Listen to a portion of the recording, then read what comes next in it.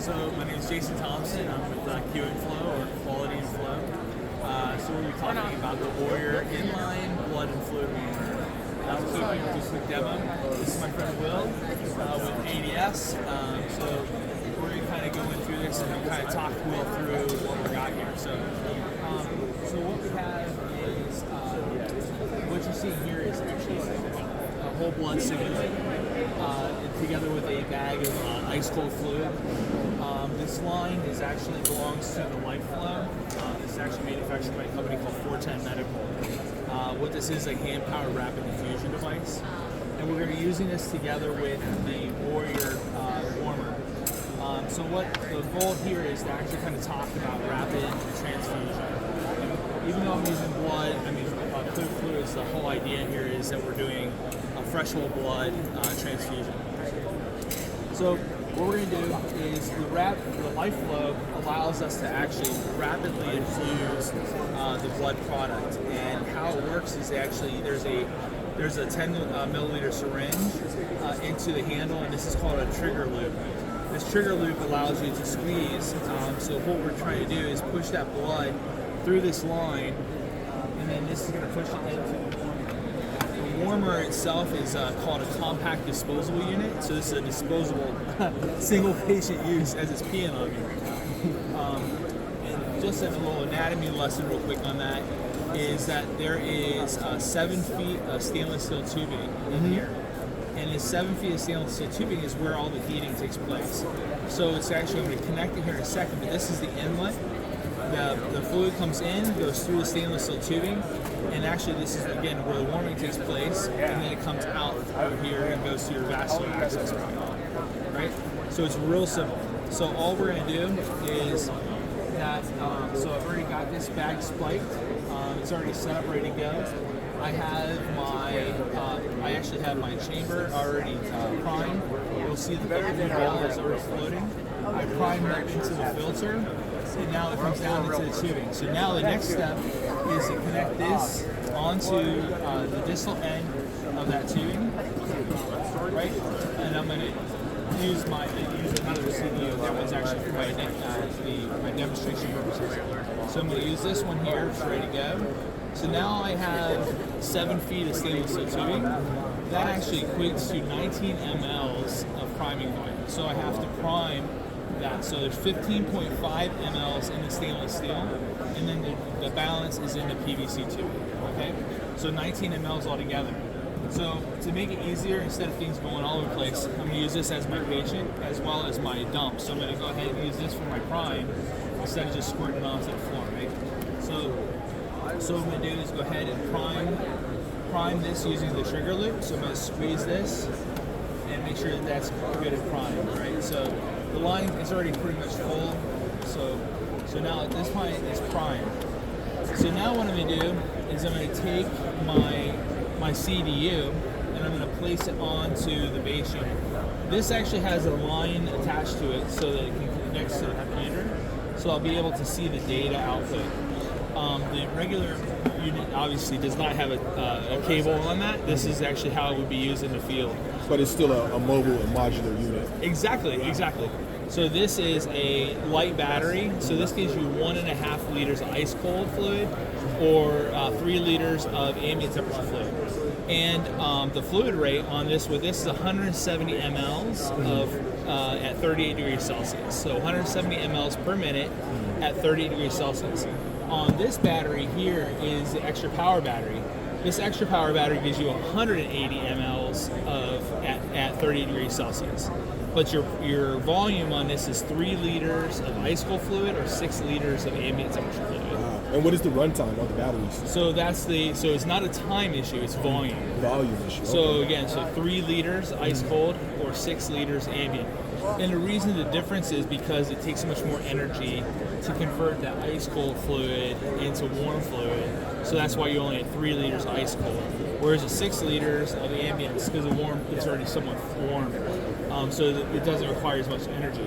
So all I literally have to do is simply just plug the CDU, drop it onto the top of the base unit, and then what happens is auto detects. So it automatically comes on, and you can see that it's already starting to warm, right? But I haven't even pushed any fluid through yet. So the data on here is basically just residual data. So now as I start to push this through, now let's go, now this is a patient, right? It's no longer my dump. So in order for me to maintain the temperature at the 180 mLs per minute at 30 degrees Celsius, what I'm going to do is we use a 3-second rule. So what I'm going to do is essentially 1 1000, 2 1000, 3 1000 on my squeeze. And then I'm going to allow that to pull back for 2 seconds, and then I'm going to do another 3-second push. So literally it's going to be a squeeze. So 1 1000, 2 1000, 3 1000, right? And that allows me to stay within that temperature gradient. Now I go 1 1000, 2 1000, 3 1000 back, right? 1 1000, 2 1000, 3 1000.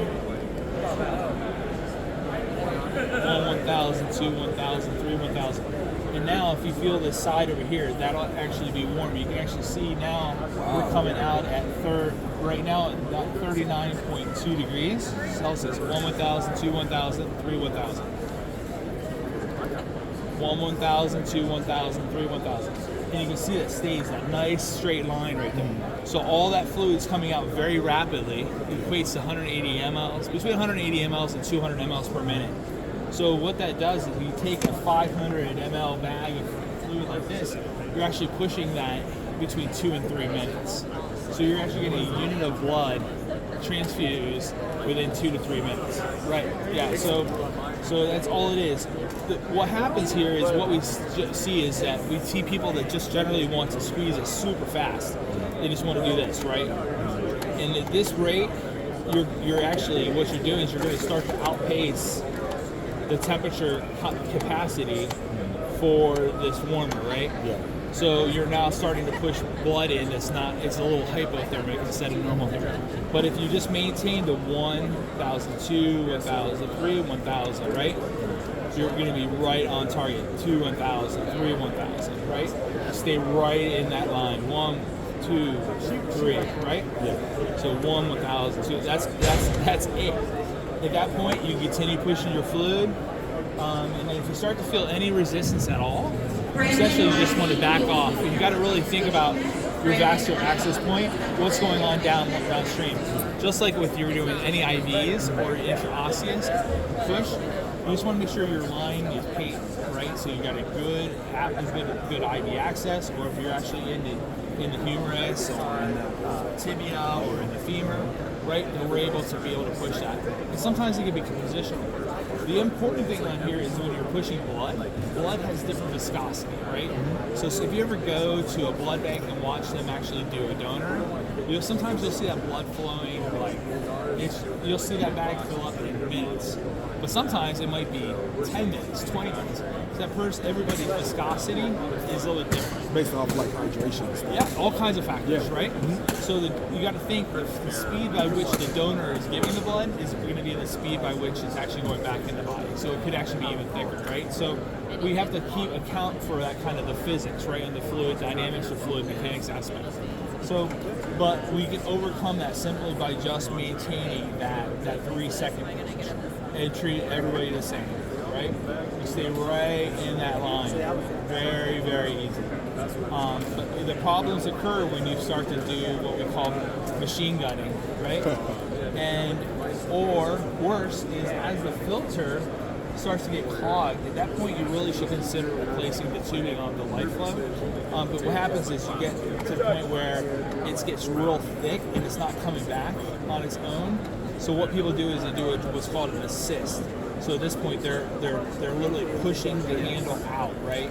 At that point you really should consider replacing the tubing. So if you're doing extra work or exerting yourself more than usual, there's obviously something going on either on top or possibly at the bottom. Exactly. And then I guess my other question is, so it should be easy for you to 1 without 2 without. Exactly. So if you stay in that mentality, right, and that's your rule of thumb all the time,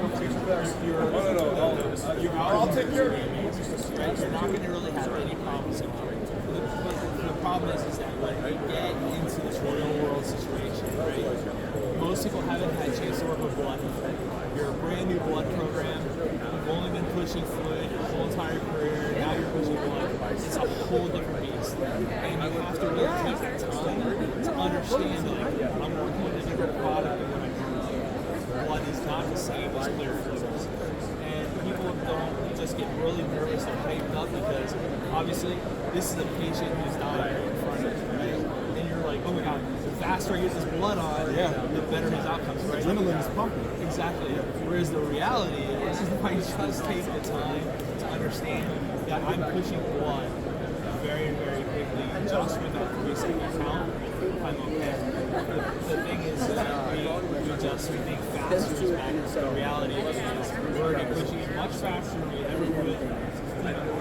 This is a pressure bag, right?